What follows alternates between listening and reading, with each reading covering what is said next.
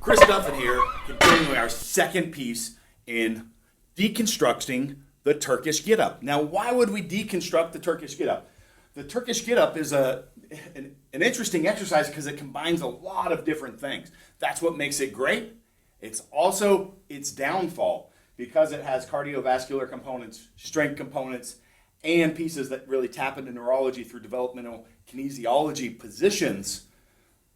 It becomes less effective at any one of those. So if you want to excel or have a major focus on any one of these, we can go to different parts. So in our deconstruction series, we're talking about the developmental kinesiology piece. So we're going to show you a position right now.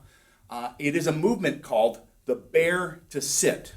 And this is from developmental kinesiology, and it does some great, it's one of my favorite closed chain movements for shoulder health. So Brandon, if you can help me demonstrate this, we're going to talk about some of the cues that are really important. These are the same cues that we talked about in the previous series. So one, we want to make sure we've got nice broad shoulders. Brandon, can you demonstrate sinking in and boom, and then pushing up too far? We want to avoid all those, get in this nice stable position. We want to have the shoulders nicely pulled away. We want to think about being tall.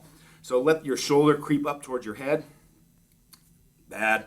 Okay, and then back into a good stable position. The lat will be engaged.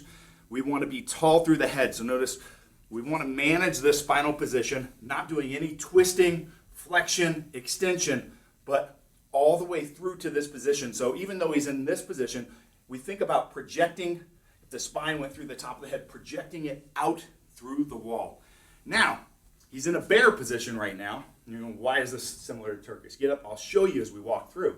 But we're going to now articulate the shoulder while we're in this closed chain. And this is what makes it work so incredibly well. So we're going to move to the sit position. And you'll notice, good, all the same cues stay in place. And here's a good one, is push the ground away. And that'll see that just a little correction, you got an even better position. Now go ahead and let it fail. There. This is really what we want to avoid here. A lot of times people will be looking down, things like that during this. This is all going to have a net effect of not tying into the neurology that we want to. So go ahead and get in good position. Now go ahead and go back to the bear. So this is a crawling position for a baby, right? And then the last one is how we transfer in from a sitting position. These are some base positions. But now I'm going to show you why the Turkish Getup has that component and where it's at. So let's go ahead and keep this great position, head, shoulders, spine. And we're going to walk back. So now articulate about the shoulder once again. Good. And now he's going to put that foot down and go high hip. And boom. This is a similar position that you would be in your Turkish Getup. Okay? And that's where those components come from. Now we're tapping in because we're actually able to articulate in this closed chain movement with a lot more movement and less stability. Brandon's probably getting tired here about now. So go ahead and pop up, Brandon.